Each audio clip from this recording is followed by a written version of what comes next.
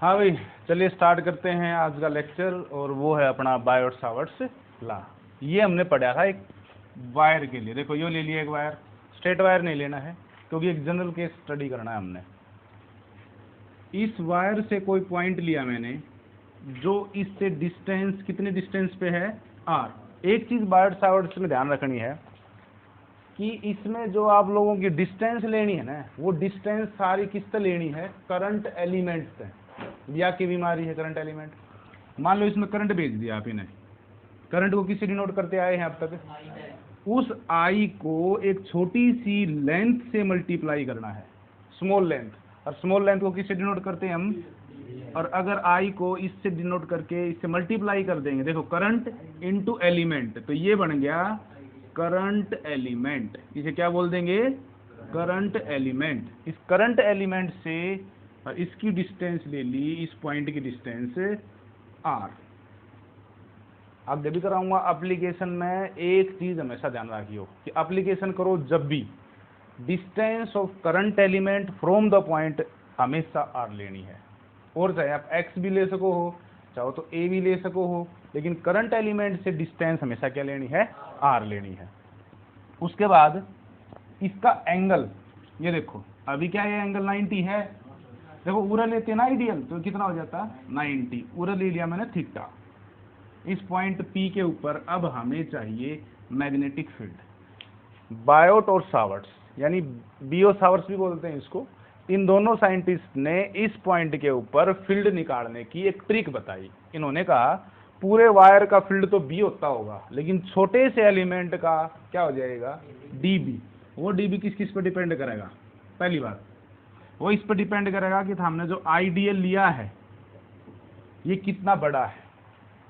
इतना सा होगा तो उसका स्मॉल होगा, और ज़्यादा लोगे और ज़्यादा हो जाएगा। या एक बात बताओ, इसमें मैंने 2 एम्पियर करंट पास करा, उसका एक फील्ड बनता है, और उस फील्ड की डायरेक्शन हमने एक रूल से निकाली थी, बताइए। खाली करंट की बता रहा हूँ, बस एक वायर है उसमें करंट है, दूसरा कंपोनेंट कुछ को नहीं है ना। तो मैंने दिया आपकी मैग्नेटिक फील्ड, ना दिया मैंने फोर्स। उसमें तो वो 2 रूल लग जाएंगे, राइट हैंड वाले और लेफ्ट हैंड वाले। लेकिन इसमें क्या पूछा है मैंने, एक वायर में के प्रोवाइड करा रखा है करंट, इवन बताना है कि फील्ड कितना होगा। राइट हैंड थंब रूल लगता है, स्क्रू रूल भी बोलते हैं जिसे। आपको करंट की डायरेक्शन में क्या रखना होता है, थंब, और फिर उसके चारों तरफ हमने क्या करना है, कर्ल फिंगर ऐसे करनी है। ये कर्ल फिंगर क्या देती हैं, मैग्नेटिक फील्ड। तो इस तार का कोई मैग्नेटिक फील्ड होगा, अगर मैं ज्यादा करंट पास करूं तो फील्ड का क्या लागत है। तो इसका मतलब इस वायर की वजह से जो फील्ड है उसे मैं कहता हूं बी। लेकिन स्मॉल वायर का हिस्सा आइडियल है, तो उसे मैंने क्या कह दिया, डीबी।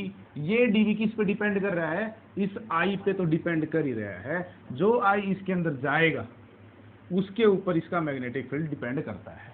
लेकिन मैंने सिर्फ आई को डिनोट नहीं कर रखा, इसमें मैंने एक नई चीज बना रखी है, वह क्या है, ideal current element. Current element theta angle पे है, तो इसको 2 कंपोनेंट में तोड़ियो।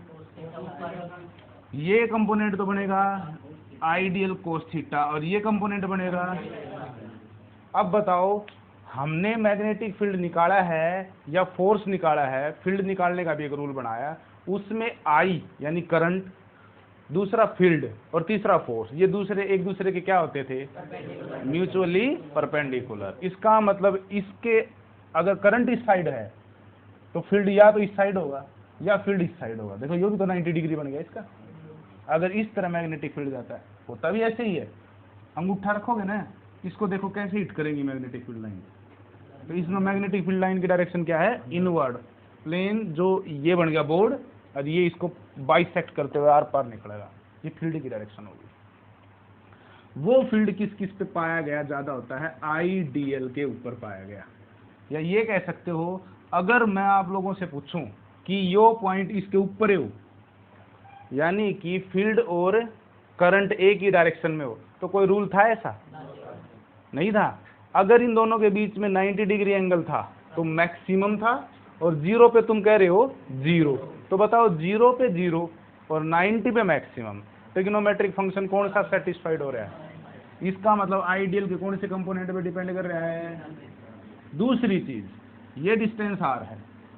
अब मुझे बताओ कि अगर ये पॉइंट हमें दूर ले जाए तो क्या लग गया है, मैग्नेटिक फील्ड घटेगा कि बढ़ेगा?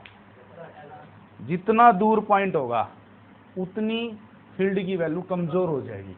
जैसे एक मैग्नेट है और दूसरी मैग्नेट को अट्रैक्ट करती है, यहाँ रख दी अट्रैक्ट कर रही है, यहाँ रख दी अट्रैक्ट कर रही है, और बाहर ले गए तो अट्रैक्ट करना बंद कर देगी। इसका मतलब ये इनवर्सली प्रोपोर्शनल टू किसके हो गया, आर स्क्वायर को। देखो ये क्या होता है, ये चीज कैसे पता चलती है, ये होती है एक्सपेरिमेंटल। मतलब अगर आपने डिस्टेंस बढ़ाई 2 मीटर तो फील्ड में अगर 2 टेस्ला का फर्क पड़े तो हम लोग कहते हैं भाई फील्ड जो है वो डायरेक्टली टू आर है। 2 बढ़ाई, ये भी बढ़ गया। पहली बात तो ये बढ़ाई, ये घटन लग रहा है, ठीक है। एक चीज तो क्या पता चली, आप 2 मीटर बढ़ाते हो तो फील्ड घटा है, इसका मतलब ऊपर तो कौन आ गई हो। दूसरी चीज फिर हमने क्या देखा, जब हम 2 मीटर बढ़ाते हैं तो इसके अंदर 2 का फर्क कौन आता, इसके अंदर आओ है 4 का फर्क, ठीक है। 4 का इसमें फर्क आता है आप लोगों का।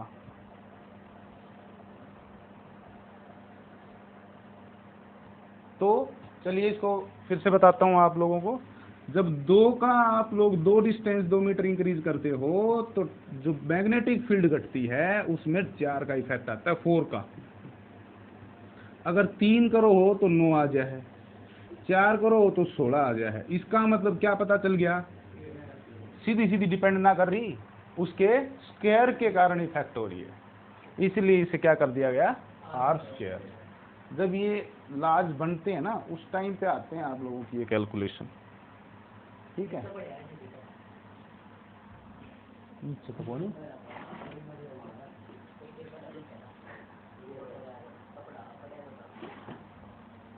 ये कपड़ा है कि यो तो देखो यूज कर ले आप ही।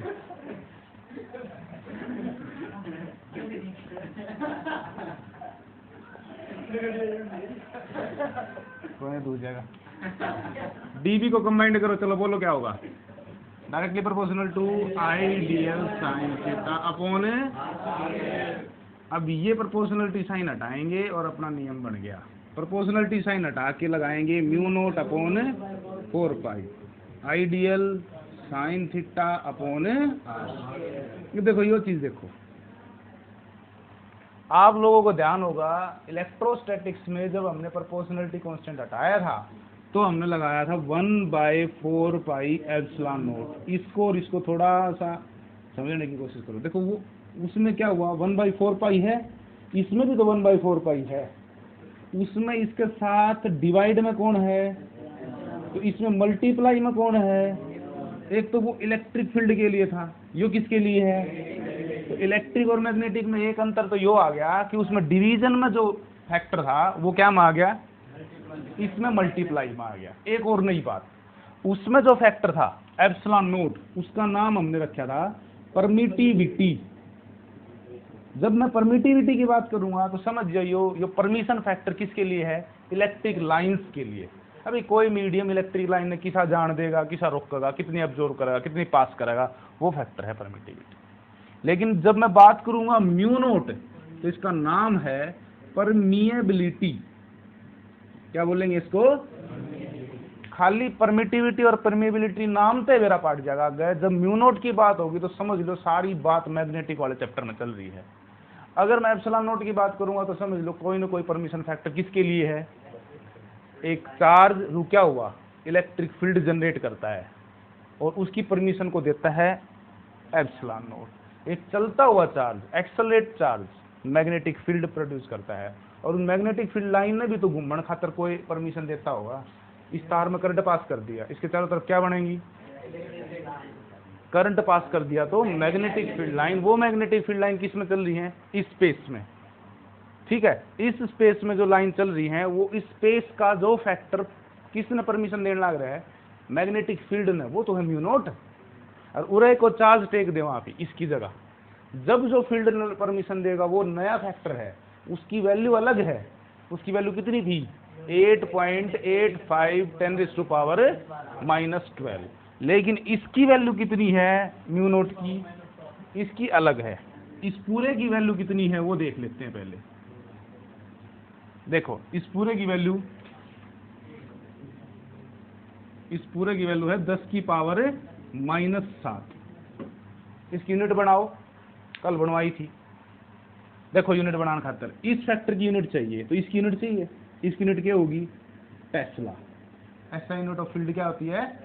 इसको ऊपर ले आओ, मीटर स्क्वायर। आई की बोलो एम्पियर, करंट है ना, और डीएल की मीटर। 1 मीटर से 1 मीटर कैंसिल आउट हो गया। बोलो क्या बन गई?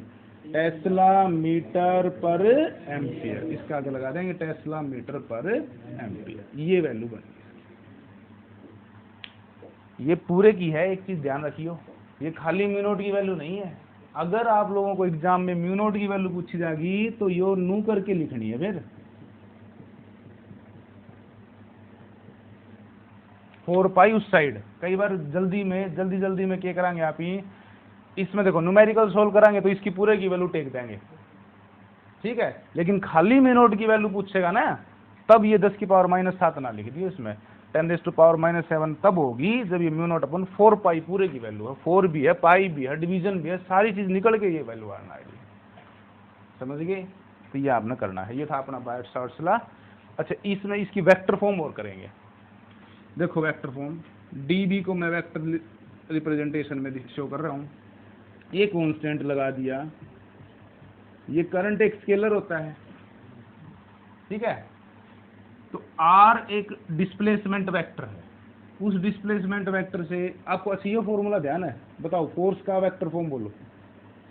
के Q1 Q2 by R square into R cap. मैं अगर आर वेक्टर लगाना चाहूँ तो पूरा क्या हो जाएगा?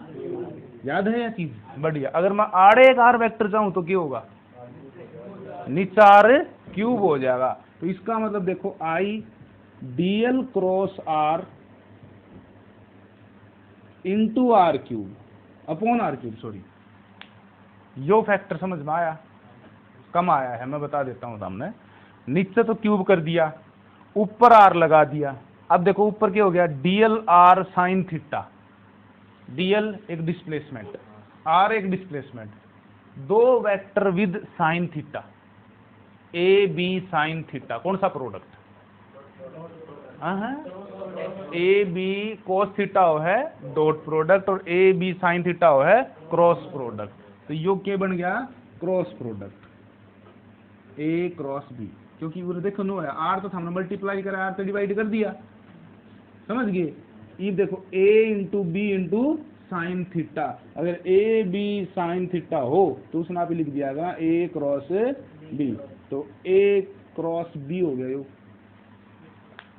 तो इसका मतलब ए बी की जगह इसमें कौन है? डीएल और आर। तो ये क्या हो गया? D L into R. सबको दिखाई दे रहा है? आप लोगों को दिखाई दे रहा है भाई? ये तो ये आप लोगों की वेक्टर फॉर्म है। और वेक्टर फॉर्म डॉट प्रोडक्ट और स्केलर वेक्टर प्रोडक्ट में एक डिफरेंस बताता हूँ। इसकी डायरेक्शन क्या होगी? इसकी डायरेक्शन होगी जो ये दोनों है ना, इनके परपेंडिकुलर, ये दोनों एक प्लेन बनाएंगे। अभी समझाता हूँ। इसमें डीएल ढूंढो, ये हो रहा, ये डीएल देखो वाई एक्सिस बनाने लग रहे हैं। किस तरफ है ये? वाई की तरफ। आर ढूंढो, एक्स की तरफ। तो एक्स और वाई ने दोनों ने एक प्लेन बनाया। इस प्लेन का नाम ये हो रहा एक्स वाई प्लेन। क्या बन गया?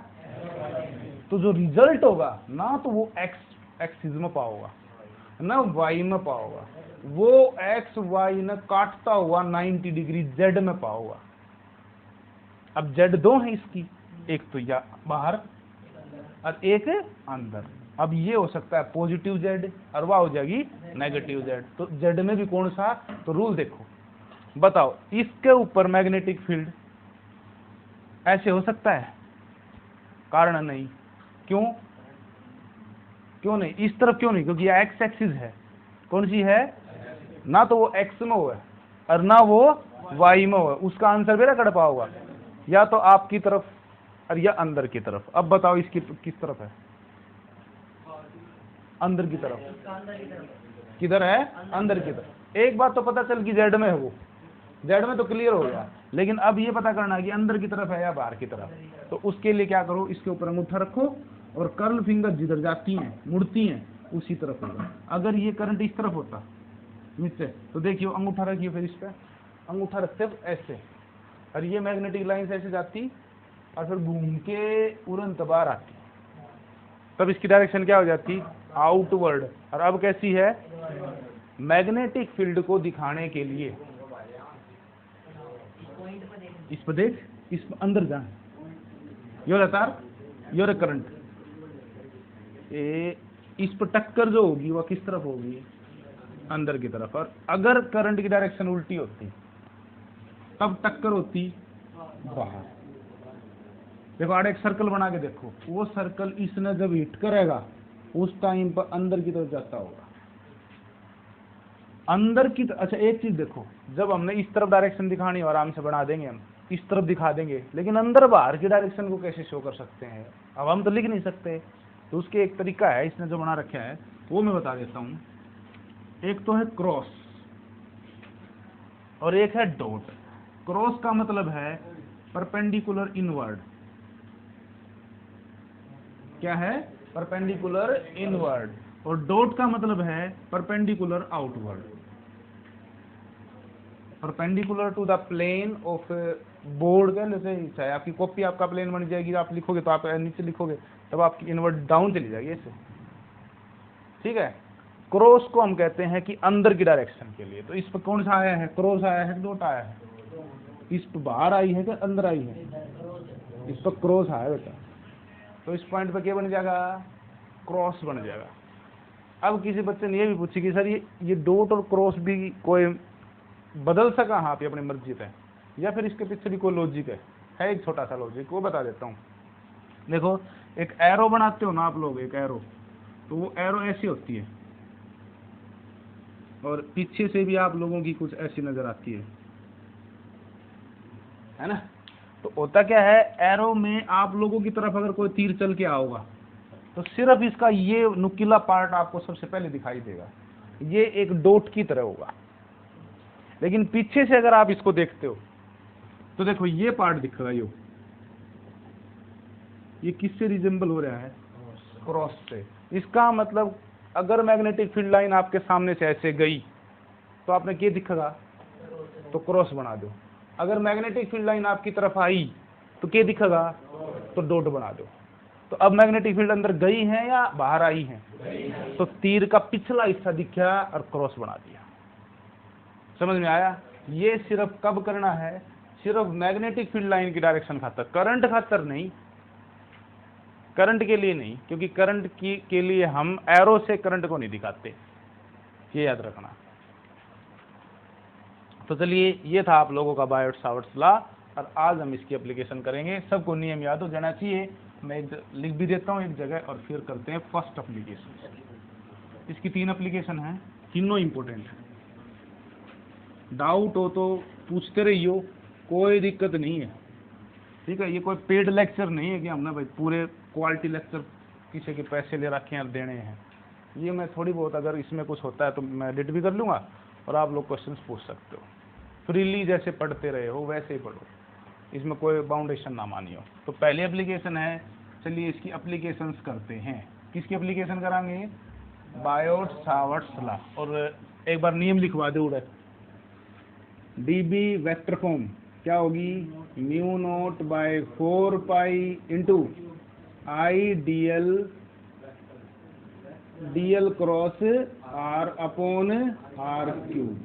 और इसकी स्केलर फॉर्म लिखवाइयो, mu nought upon 4 pi I DL sine theta upon r square. Vector form में अभी भी किसी को कोई दिक्कत,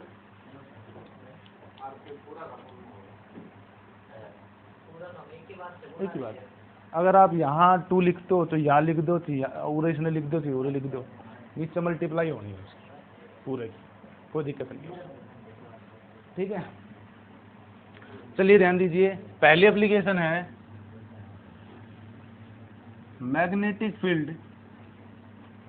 थोड़ा ध्यान है, जब हमने गॉस थ्योरम करी थी उसके बाद हमने एप्लीकेशंस में क्या निकाला,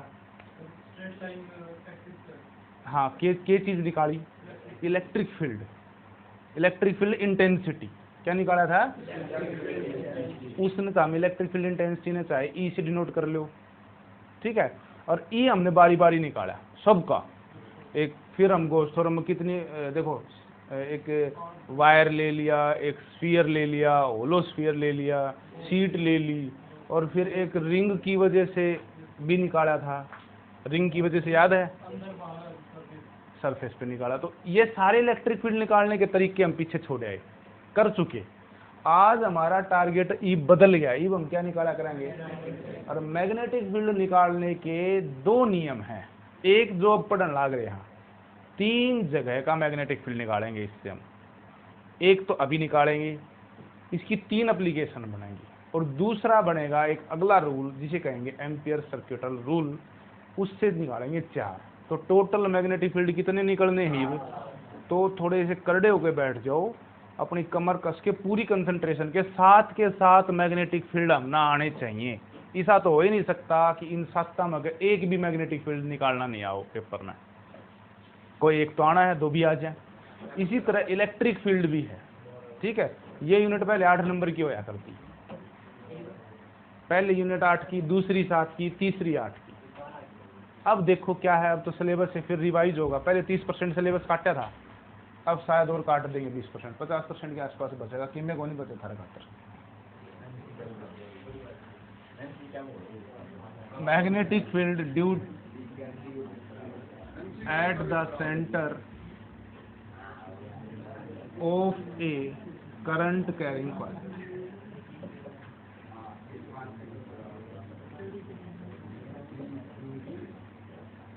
सर्कुलर कॉइल। देखो भाई, एक चीज है करंट कैरिंग सर्कुलर कॉइल, इसे CCC भी लिखा जाता है, ठीक है।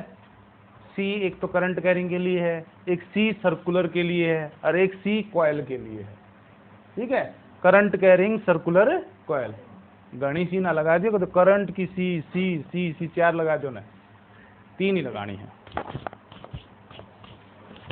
तो चलिए सबसे पहले एक सर्कुलर कॉइल बना लेते हैं। ये पहली एप्लीकेशन है, पहली तो सबको समझ में आनी चाहिए भाई। कहाँ पे मैग्नेटिक फील्ड निकालना है बताओ? नहीं, क्वेश्चन पूछ लिया इसने। क्वेश्चन देखो क्या है, मैग्नेटिक फील्ड निकालो कहाँ पे और किसकी वजह से? करंट कैरिंग का क्या मतलब है?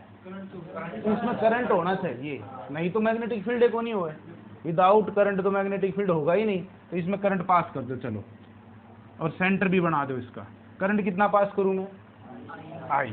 लेकिन ये किसकी एप्लीकेशन है?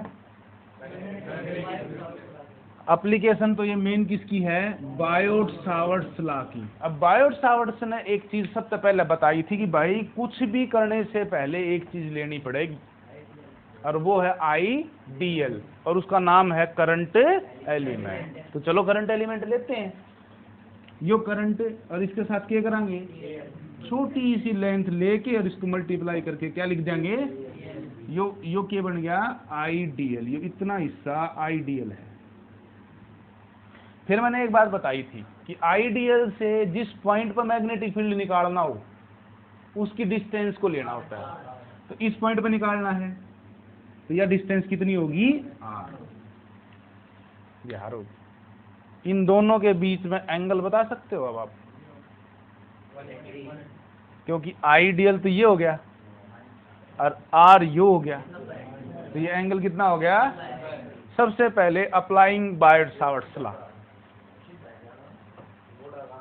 देखो ठीक है, मान लिया कि ये सर ये तो एक सर्कल का पार्ट है, लेकिन एक सर्कल का छोटा पार्ट, एक लाइन होती है, जैसे अर्थ बहुत बड़ा सर्कल है, लेकिन इसका छोटा पार्ट कभी भी आपको कर्व नजर नहीं आता, क्योंकि इतना छोटा सा हिस्सा ले लिया तो स्ट्रेट लाइन नजर आएगा। जैसे यहाँ से तेरे और मेरे बीच का डिस्टेंस, ये तो गोल है लेकिन यहाँ गोला ही नजर नहीं आ रही। फिर भी सर्कल का कोई भी पार्ट ले लियो आप, कभी भी वो स्ट्रेट लाइन ही नजर आएगा। तो बिल्कुल छोटा लिया ना आपने, इसलिए वो एक एलिमेंट बना। ये तो बहुत स्मॉल है, इससे भी स्मॉल है। ये तो कैलकुलेशन दिखाने के लिए इतना बड़ा ले लिया, ये तो बहुत स्मॉल एलिमेंट लिया जाता है, सो दैट इसका एंगल कितना हो जाए? 90 degree. Applying Biot Savart's law क्या कहता है? Biot Savart's D B is equal to mu naught scalar form mu naught by 4 pi. आप चाहो तो पहले वेक्टर फॉर्म लिख लो और फिर वेक्टर फॉर्म में सोल्व करोगे तो a डॉट बी के बनेगा ए बी साइन थीटा और एक आर कट जाएगी। हो गया। चलो since theta is equal to बोलो putting the value of theta in above equation 1 बोलो क्या बनेगा D B is equal to mu nought 4 pi I D L sine 90 upon ये आ गया स्मॉल मैग्नेटिक फील्ड। लेकिन हमारा टारगेट स्मॉल मैग्नेटिक फील्ड नहीं है, हमारा तो चाहिए हमने सारा का सारा टोटल मैग्नेटिक फील्ड। इंटीग्रेशन क्या करेंगे इंटीग्रेटिंग बोथ साइड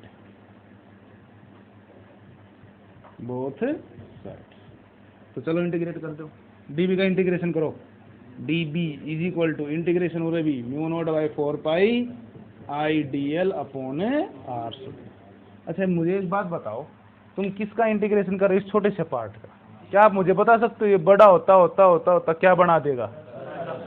इस सर्कल का क्या एरिया वॉल्यूम सरकमफ्रेंस क्या चीज या लेंथ है? तो लेंथ बड़ी होके एक लेंथ बनेगी और लेंथ उसकी सरकमफ्रेंस होती है।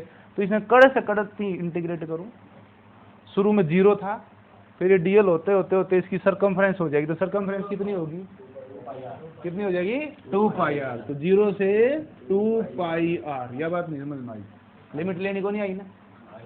लिमिट लेने का देखो तरीका अगर मैं कहता हूँ ये 5 सेंटीमीटर लंबी लाइन है और मैंने 1 सेंटीमीटर हिस्सा लिया है इसको कलर कर दिया तो मैं कितनी बार कलर करूं कि मैं 5 सेंटीमीटर तक पहुंच जाऊं?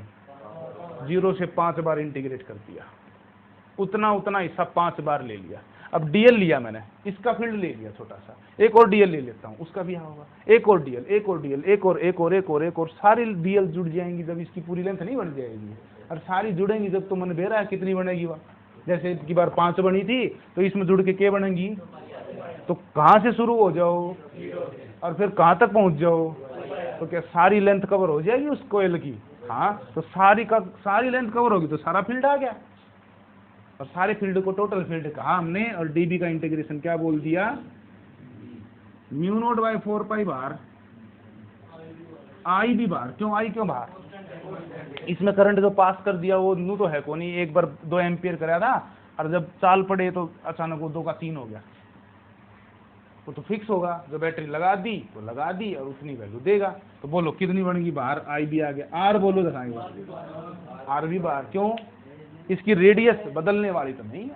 एक बार कोई ली गई तो ली गई छोटी बड़ी पहले ले सको हो लेकिन एक बार ले ली तो वो फिक्स होगी। नीचे आर स्क्वायर भी बाहर आ गया क्या बच गया डीएल का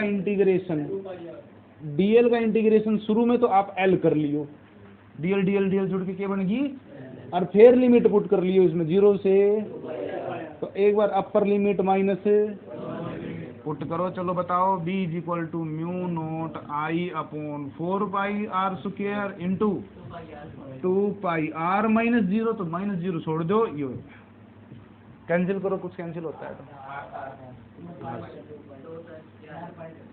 ये पाई से पाई भी कट गया 2 से ये 2 कट गया b is equal to mu naught I upon 2 R भी है। ये आपका रिजल्ट है। याद रखना ये आप लोगों का वो फील्ड है जो एक सर्कुलर कॉइल की वजह से आया है। एक एप्लीकेशन और भी करेंगे जिसमें हम एक इसी को ऐसे तोड़ के बीच में तक और उसका एक लंबा तार बना देंगे। ठीक है उसका रिजल्ट भी बता देता हूँ। Result mu naught I by 2 pi R होगा उसमें। इन दोनों में थोड़ा अंतर नजर आया आप लोगों को? पाई का अंतर है डिनोमिनेटर में नीचे। अब पाई का जो डिफरेंस है इसके अंदर वो समझने की कोशिश करना। जो सर्कुलर वायर होगा तो उसकी सरकमफ्रेंस में पाई आ जाएगा और पाई कैंसिल हो जाएगा तो रिजल्ट में नहीं दिखेगा। फिर स्ट्रेट वायर होगा तो उसकी सरकमफ्रेंस में पाई नहीं आएगा क्योंकि उसकी सरकमफ्रेंस होगी ही नहीं उसकी लेंथ होगी तो पाई कैंसिल नहीं होगा और पाई बच जाएगा। इन दोनों के रिजल्ट पे न्यूमेरिकल पूछूंगा मैं सिद्ध रिजल्ट। हाँ कौन सा यो रिजल्ट तो ड्राइव कराएंगे डोंट वरी।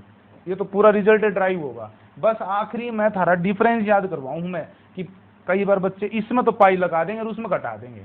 बस न्यू याद रखो कि सर्कल वाला केस में पाई नहीं होगा, नहीं होगा, और स्ट्रेट वाला केस में पाई होगा। ये दोनों के डिफरेंस आपने डायरेक्ट याद रखने हैं।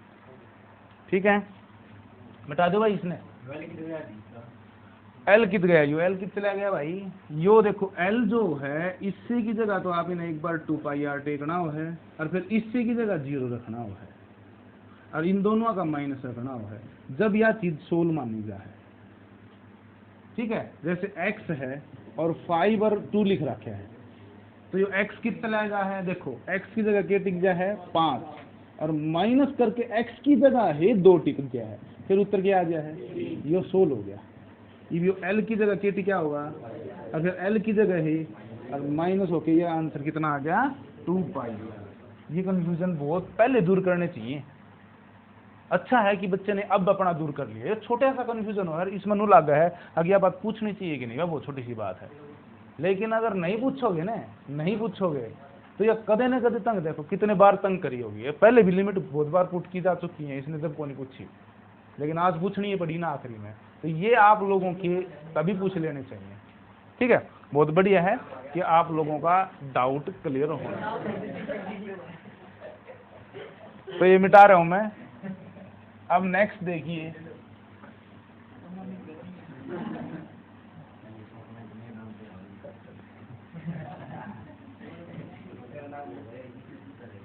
एप्लीकेशन नंबर 2 थोड़ी लेंथी है। क्या टाइम हो गया, तीनों एप्लीकेशन हो जाएंगी फिर तो। देखिए, magnetic field at any point due to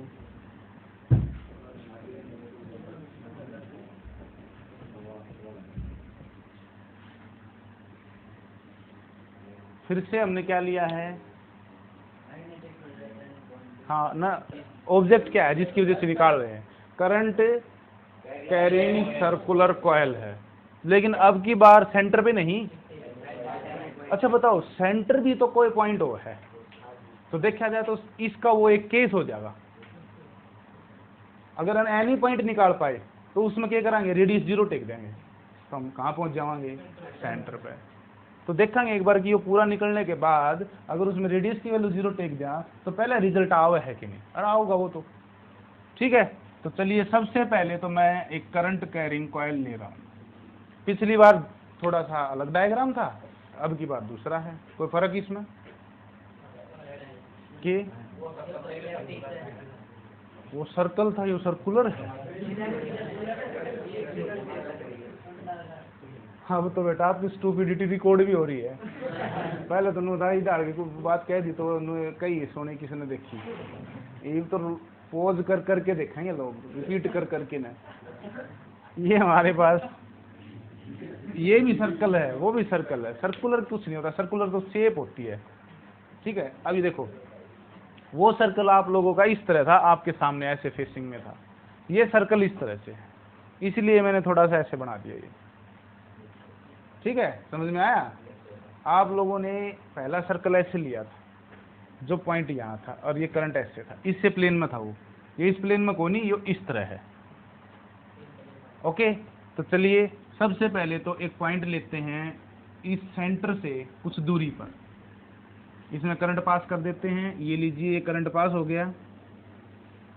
ठीक है, करंट की डायरेक्शन ये ले ली मैंने, चाहो तो ये भी ले सको, कोई दिक्कत नहीं, बस ये मत करियो इधर एरो और फिर इधर ही एरो इसमें। ठीक है, एक लूप दिखा दियो। अब यहाँ पर क्या लोगे आप लोग, इसमें करंट है स्मॉल करंट एलिमेंट, और किसी डिनोट होता है वो एक पूरे भी ले सको आई। इसमें वेक्टर के जो लाज हैं, वेक्टर अलजेब्रा है, थोड़ा यूज होगा तो थोड़ा दिमाग लगेगा। इलेक्ट्रिक फील्ड तो इसका निकाला था आपने कि कौन नहीं निकाला, इस सर्कुलर कॉइल का इलेक्ट्रिक फील्ड नहीं निकाला। वो यहाँ पर कंपोनेंट लिए थे, D E cos theta, D E sine theta निकाला था। अच्छा, अब देखो इसको ले लिया मैंने आर रेडियस, अब इसको रेडियस लो तो याद रखना, फिर आप डिस्टेंस को r नहीं ले सकते, फिर इसी को ले लेंगे। इसने ले लो a और इसको हम मान लेते हैं x की वैल्यू क्या आ जाएगी, r² plus a² under the root, इस पॉइंट के ऊपर। अच्छा, ये डिस्टेंस लेनी क्यों पड़ रही है, बायोट सावर्ट्स लॉ याद करो, पॉइंट की डिस्टेंस किससे लेनी हो है, करंट एलिमेंट से। कहां से लेनी होती है, ये पॉइंट ये रहा करंट एलिमेंट, और इन दोनों के बीच की डिस्टेंस r² या a² नहीं कर दोगे, फॉर्मूला में क्या है, यो स्क्वायर होगा। r ले सकते हो, लेकिन फिर रेडियस ना आप x लिखोगे, बताऊं क्या है, हम r ही लेते, लेकिन देखा जाए तो वैल्यू तो यह पुट होगी, तो r होती तो भी r की वैल्यू इन दोनों है तो बनती, फिर उसका स्क्वायर होना है, ले सकते हो आप। ये सही कह रहा है कि हम अगर r ही रखें तो बेटर है, लेकिन इस केस में क्या हो गया, इसकी रेडियस को r मान लिया हमने। उसमें पिछले केस में क्या हुआ था, जो रेडियस r माननी वही करंट एलिमेंट की डिस्टेंस भी बन गई थी, इसमें ऐसा नहीं हो पाया। कारण सुनो ध्यान से, जैसे आप लोगों के पास कड़ा है, किसी के पास, चलो ध्यान दो, सपोज करो यहाँ पर ये सर्कुलर शेप है, और देखिए एक बार ये हमारा सेंटर से डिस्टेंस है, करंट एलिमेंट उधर लिया गया है, वो करंट एलिमेंट छोटा सा है इस तरह से, हाँ है तो नहीं समझ मान लाग रही है ना हाँ? कोई जरूरत नहीं है, कोई नहीं रहने दो, वैसे समझ में आ जाएगा, कोई बात नहीं। एग्जैक्ट कढ़ाई होता तो ठीक था, नहीं तो वैसे समझ में आ जाएगा, कोई खास बात नहीं है। पहली बात तो आप लोगों का ऐसे इस शेप में है, और ये सेंटर से डिस्टेंस है, थोड़ा ध्यान से समझने की कोशिश करना, विजुअलाइज करना जरूरी है, इमेजिन नहीं कर पाए तो सोल्व नहीं होगा। क्योंकि करंट एलिमेंट और पॉइंट के बीच का एंगल नु बताओ फिलहाल 90 है कि नहीं, करंट एलिमेंट और पॉइंट के बीच का एंगल 90 है कि नहीं, यही समझाने वाला हूं कि ये एंगल 90 है। और एक चीज समझाऊंगा कि कौन सा करंट एलिमेंट ले लियो इसके ऊपर सबके एंगल 90 बनेंगे। और चीज समझाऊंगा कि या डिस्टेंस भी कड़े करंट एलिमेंट ले लो इस पर, या इतनी रहेगी। ये चीज विजुअलाइज होगा तो समझ में आओगी, नहीं तो गलत हो जाएगा। देखिए कैसे, पहली बात है सर्कल नु को नहीं, यो पॉइंट उरे है, अगर यो ऐसे होता तो उरे करंट एलिमेंट लेते उसकी डिस्टेंस नजदीक हो जाती, और उरे लेते उसकी ई। बताओ क्या सभी से डिस्टेंस सेम होगी, डिस्टेंस की कोई दिक्कत नहीं है। अगर सेम नहीं होगी ना, इंटीग्रेट नहीं कर पाओगे। हाँ, ऊपर से जा बीच में आओगा, उर तो जा तो भी हाँ हाँ। ये एक सर्कल देखो, और पॉइंट इस सेंटर से लिया गया है, अब उरत है एक, तू डिस्टेंस खींच दे, उरत तू एक डिस्टेंस खींच दे, वह एक के पाओगी।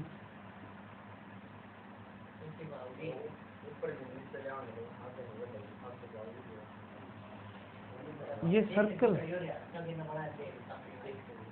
कम समझ में आई है, वो यहाँ पर ले जबरदस्ती। चलो इस पॉइंट पे फिर डिस्कशन करेंगे, बाकियों को समझ में आ गया कि ये डिस्टेंस नहीं चेंज होने वाली। ठीक है, जैसे स्टूल है, इसको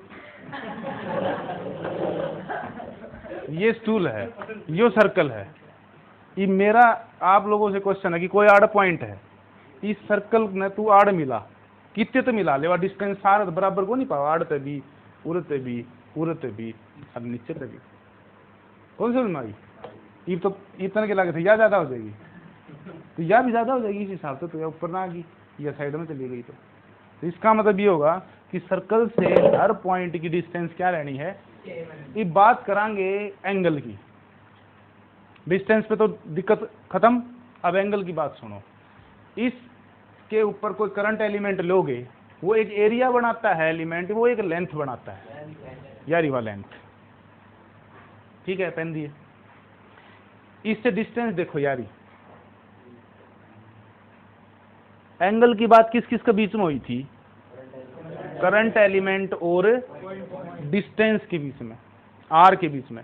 और वेक्टर फॉर्म भी जब लिखते थे हम, तो क्रॉस में कौन कौन दो चीज आई हैं, डीएल क्रॉस आर, यार आर तो लेंथ हो है, और यार डीएल, इनके बीच का एंगल देखियो, यो आप देखोगे ना तो आप लोग हैरान रह जाओगे, ये सारे 90 होना है, क्योंकि एंगल प्लेन के बीच में ना लेना, एंगल डीएल और आर के बीच में लेना है। ये पेन कहीं रोटेट हो जाए इसके ऊपर, ये एंगल कितना रहेगा। एक और कंफ्यूजन दूर हो गया कि इस करंट एलिमेंट का एंगल आपको दिख बेशक ना रहा हो, यो इस तरफ हो नहीं, यो इस तरफ है, और या नो हो रही है इस पे, आगे समझ में। अब अप्लाई करो बायोट-सावर्ट्स लॉ। फिलहाल यहां पर एक और बड़ा क्वेश्चन, यहां पर उस डीबी की डायरेक्शन बताओ। मैंने वेक्टर फॉर्म में बायोट-सावर्ट्स लॉ में आप लोगों को एक चीज एक्सप्लेन करी थी, और वो क्या थी, डीबी की डायरेक्शन किस तरह निकालनी है। डीबी की डायरेक्शन कैसे निकालनी है, राइट एंड थंब रूल से भी निकाल सकते थे, या फिर मैंने एक बात बताई थी कि वो वेक्टर प्रोडक्ट का रिजल्ट है, तो वो डीएल और आर के हमेशा परपेंडिकुलर होगा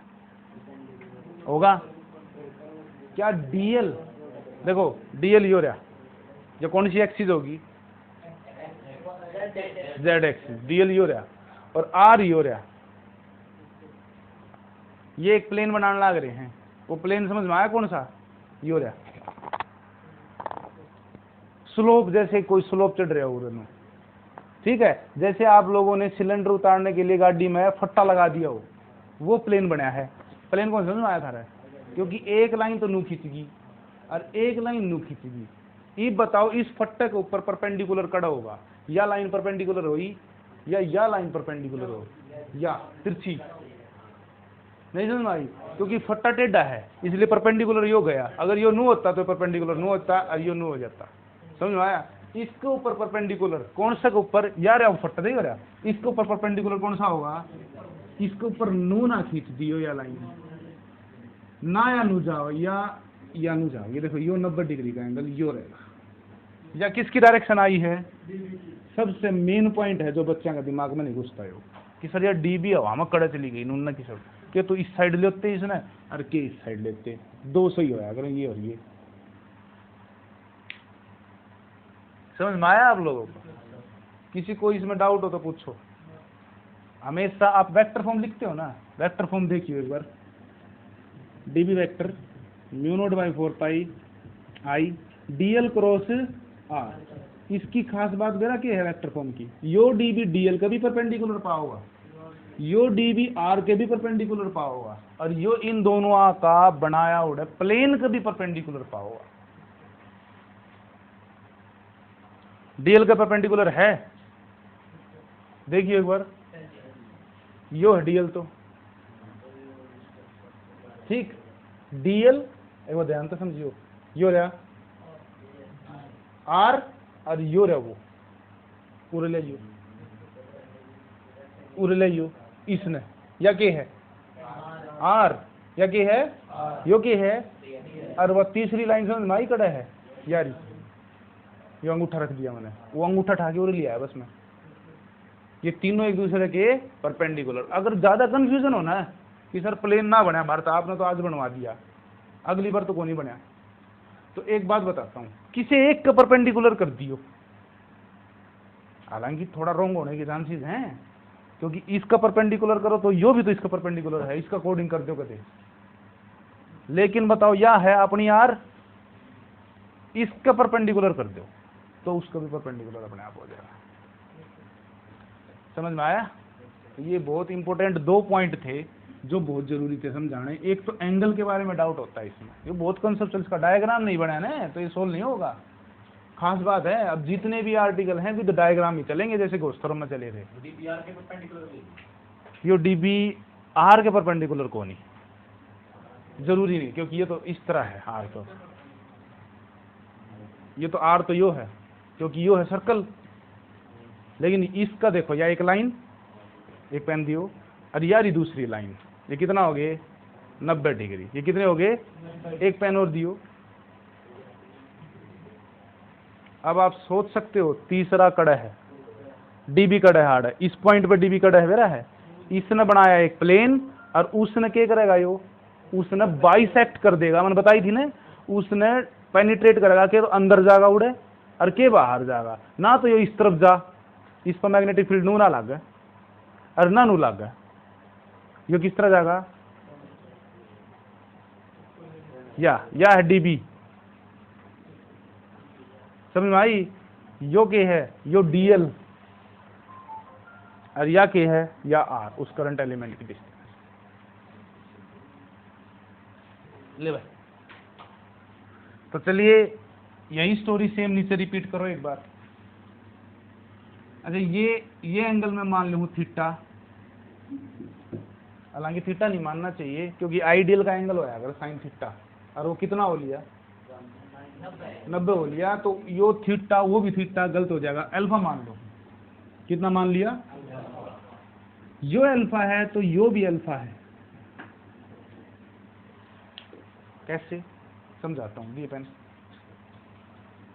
एक बार ध्यान से देखियो, ये एंगल कितना है, अगर मैं इसमें थोड़ा नू करूंगा, देखो पूरा एंगल बनना शुरू हो गया इस लाइन के गिल्ला, तो उड़े भी देखियो, इस लाइन ने इसके साथ एंगल बनाना शुरू करें और इस लाइन ने इसके साथ, ये मैं इसमें घुमाऊं हूं कि ये जरूरी है भाई, जो जितना इसमें घुमाऊंगा उतना ये उड़े घूमेगा और इतना ये आगे जाएगा, तो ये दोनों एंगल बराबर को नहीं होंगे।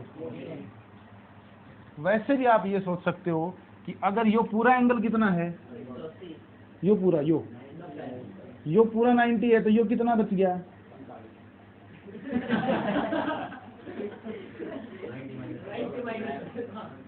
Ninety minus alpha. अच्छा यो कितना है पूरा, ठीक है, इस तरह भी कर सकते हो। देखो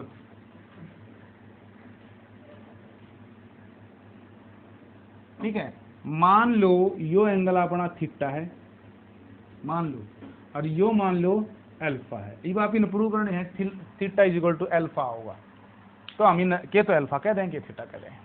ये पूरा है 90, तो यो कितना बचा 90 माइनस थीटा, यो पूरा है 90, तो यो कितना बचा 90 माइनस, ई बताओ यो कितना है,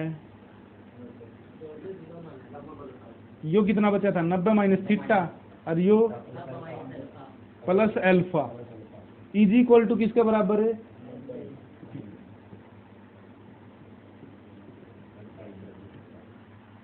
हो गया, समझ आया। तो ये यो पूरा 90 माइनस थीटा है और यो अल्फा है, इन दोनों का जोड़ भी तो 90 है, तो जोड़ के 90 के बराबर पुट कर दिया।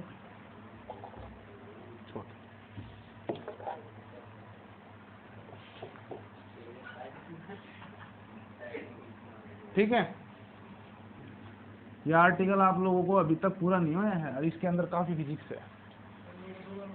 एंगल दोबारा सुनो, जल्दी एक बार पेन, ये एंगल कितना है फिलहाल, अभी देखो अगर मैं कोई चीज ने नु घुमाऊंगा तो दो एंगल साथ साथ चेंज होते, एक तो यो किसी न किसी के साथ एंगल चेंज करने लग रहा है, एक यो पूरे देखो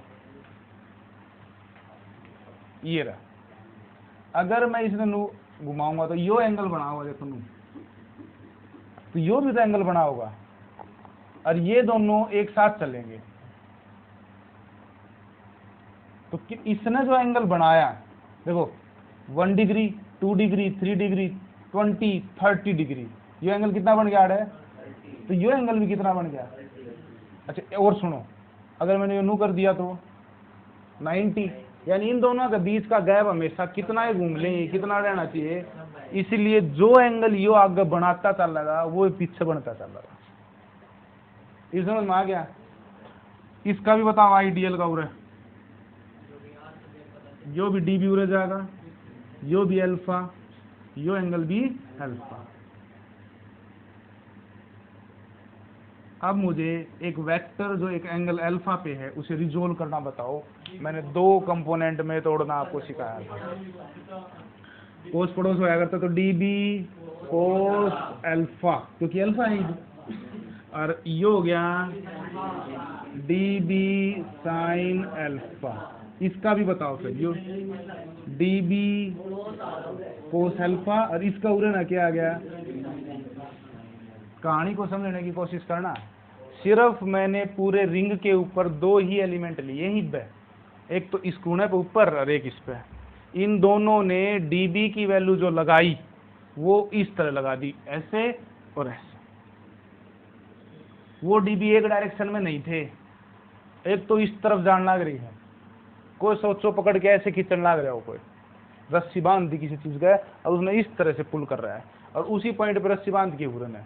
तो मुझे ये बताओ, ये दोनों पूरा का पूरा फोर्स जुड़ेगा कि या कुछ कट जाएगा इस तरह खींचने पे। अगर ऐसे खींचते तो मैक्सिमम फोर्स जुड़ता, अगर ऐसे खींचते तो मैक्सिमम कट जाता, जीरो होना था। लेकिन ये देखो इस तरह टेढ़ा खींचा जा रहा है, कुछ कटेगा और कुछ जुड़ेगा। 100% जोड़ना भी गलत और 100% कैंसिल करना भी गलत। तो अब ढूंढो कौन से दो कंपोनेंट इसके अपोजिट में होके कटेंगे। dB cos अल्फा तो कैंसिल आउट होंगे और dB sin अल्फा ऐड होंगे, ताकि ये पता चले कि कौन से कंपोनेंट। अब हमें नहीं पता ना टेढ़ा खींचने में कि 10-10 जने खींचने लाग रहे हैं, ये वो 20 आंसर कौन ही देवा है, वो 0 भी कौन देवा है।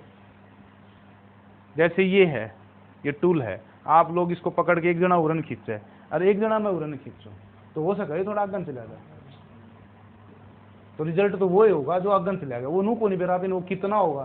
तो कंपोनेंट में तोड़ के ये देख लो कि उसका कटने वाला हिस्सा कौन सा है, उसने उठा दो। तो यहाँ पर क्या समझ में आई आप लोगों को कि कौन से कंपोनेंट, dB को हमने दो कंपोनेंट में तोड़ा, dB कोस अल्फा में और dB साइन अल्फा में। dB कोस अल्फा की कहानी ये है कि ये इक्वल एंड अपोजिट हैं, इक्वल एंड, इसलिए एक दूसरे को क्या कर देंगे, कैंसल टू ईच अदर। अगर आप dB निकाल के इंटीग्रेशन कर देते तो गलत हो जाए पूरा, क्योंकि dB कभी भी यहां जुड़ा ही नहीं, बल्कि उसका एक हिस्सा कट चुका था, वो निकालना जरूरी था। और वो कौन सा था।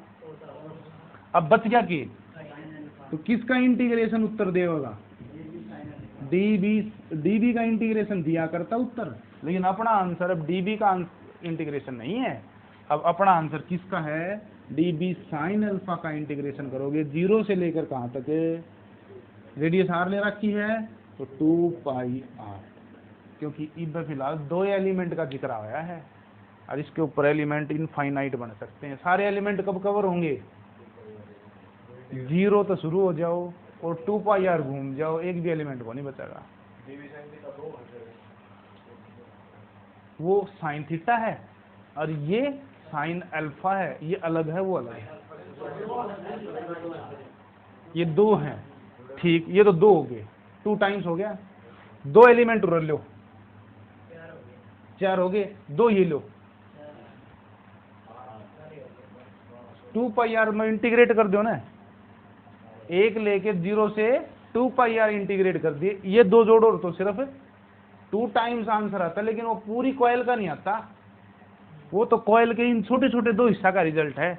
2 बार जोड़ा तो, 4 बार जोड़ा तो 4 हिस्सा का रिजल्ट होगा, 6 बार जोड़ा तो, और इससे कितने हैं, बहुत सारे। और सबको कवर करने का तरीका क्या है, 0 उरे हो है और फिर 0 तो घूम के उरे आ जाओगे ना, तो 2πr घूम गए, एक भी करंट एलिमेंट कितने का भी को नहीं बचा, आइडियल आइडियल आइडियल आइडियल सबके, और सबकी कहानी यही बनेगी कि सारे के सारे में सनू जाएंगे टेढ़े, उसका एक कंपोनेंट तो नू चला जाएगा और एक नू चला जाएगा, वो भी कैंसिल आउट। इसका भी यही काम होगा, इसका भी हो लिया, ये नू गए हैं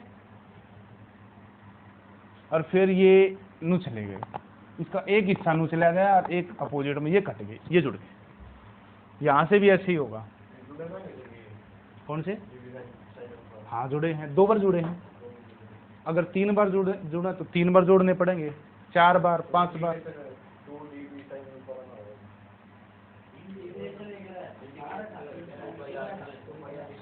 ये कह रहा है कि ये तो 2 तो हो ही लिए, लेकिन एक बात बताओ, हर एक का कौन सा कंपोनेंट जुड़ रहा है दूसरे में, dB cos अल्फा जुड़ रहा है, dB sin अल्फा जुड़ रहा है, या 2 dB sin अल्फा जुड़ रहा है। एक अकेले कंपोनेंट का तो कौन सा, एक अकेले फील्ड का तो कौन सा कंपोनेंट जुड़ता है, और दूसरे का भी dB, और तीसरे का भी dB, चौथे का भी dB, सबके कौन से dB sin अल्फा, और सबके सब का मतलब कर तो शुरू हो रहा हूं मैं, एक तो शुरू ना हो रहा मैं, अगर एक छोड़ दिया हो मैंने, कर तो शुरू हो रहा हूं, तो इसमें सारे आगे। ये तो सिर्फ दोया का रिजल्ट है, किसका है, ये भी समझ में कम आई तेरे, पाई आर तक तो तू फिर आर तक पहुंचे बेटा। हाँ यो आता थोड़ी है, यो आप लोगों का इस तरह मान लो। एक बार हमने बेरा इन दोया का काम पूछा है, इन दोया का रिजल्ट हमने क्या बेरा पाटा कि ये दोनों डीबी लगाया इन दोनों ने, और उसके दो कंपोनेंट बन गए, एक साइन कंपोनेंट और एक कोस। कोस काटते हैं, साइन जुड़े हैं। ये कहानी सिर्फ दोया की। फिर मैं और लूंगा, सारे लोगे तो उसके कंपोनेंट ब्रेक को नहीं हुआ, रिजल्टेंट ना निकले। हम सोल्व, आप लोग आर्टिकल को सोल्व करने में इंटरेस्टेड हो या नहीं सोल्व करने में, क्योंकि सॉल्यूशन का तरीका ये है कि आप अपोजिट कंपोनेंट लीजिए। जब ये सोल्व होने लग रहा है तो सर सोल्व हो गया ये तो सर आड़े ले लो जी, ताकि ये सोल्व ही ना हो, कंपोनेंट ही नहीं जुटेंगे उनके, और ना ये पता कर पाओगे यहाँ वाले का कि ये डायरेक्शन कैसे बने, डायरेक्शन नहीं बना पाओगे साइड वालों की।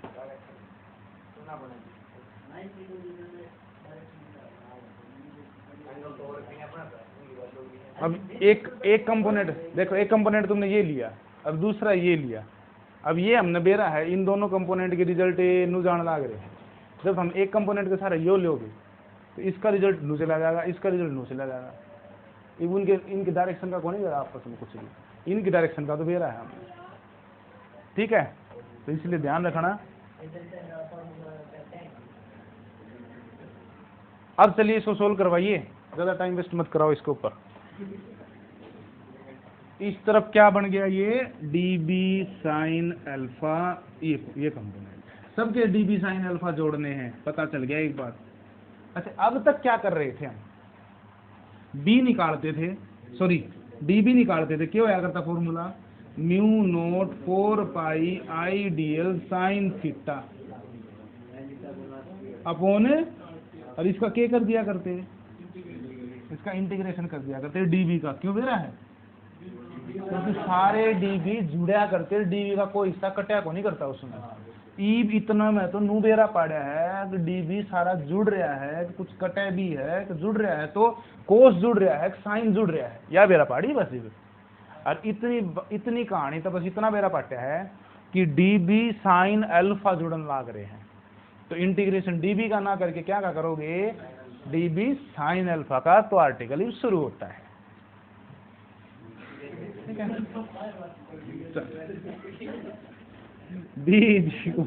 dB की वैल्यू बोलो, ये आसान हो गया, बोलो mu naught ideal sine theta, और थीटा बन लिया कितना, रख लो कोई बात नहीं, sine theta sine alpha upon में आर स्क्वायर उसकी लेंथ होया करती, तो इसका स्क्वायर प्लस रूट कट गया, इंटीग्रेशन बाकी है 0 से, चलो कांस्टेंट चीजों को बाहर लो, पहले तो एंगल बोलो कितना है, तो साइन 90, तो ये तो चला गया, हट गया, ये तो दुखी करे कोनी, बचा के बाहर लो, mu naught by 4 pi I बाहर, R square plus A square भी बाहर, डीएल का इंटीग्रेशन है, साइन अल्फा बाहर ले लूँ, अल्फा कांस्टेंट एंगल होगा, चेंज नहीं होता। चल नहीं नु लगना सर, साइन अल्फा का थोड़ा नु लगा के बेरा, इसमें कोई चीज इसी हो तो बदलने लग रही हो, साइन अल्फा निकाल लो अड़ता इस ट्रायंगल पे, राइट एंगल ट्रायंगल है, हाँ, परपेंडिकुलर अपॉन हाइपोटेनस, पुट कर दो, ये तो हो लिया। चल भाई, तू साइन अल्फा की वैल्यू बोलो, R by R upon X, R upon, अब आर तो कांस्टेंट होगा, इसमें तो कोई शक नहीं है, और R square plus A square under the root, यो भी कांस्टेंट है, पूरा रूट नहीं कटेगा क्योंकि पी बाय एच है, पी बाय एच का स्क्वायर नहीं है। अब बच गया कौन अंदर, डी एल न कर दो एल, और एल न कर दूँ हूँ 2 पाई, सोल हो गया भी वो, बस सोल हो गया, ये काटना रह है, कैंसिल आउट करो और आंसर देखिए क्या है, यो पाई से पाई, 2 से यो 2 पर गया। b is equal to mu naught I R upon 2 into R square plus A square power 3 by, ये आंसर है। मैग्नेट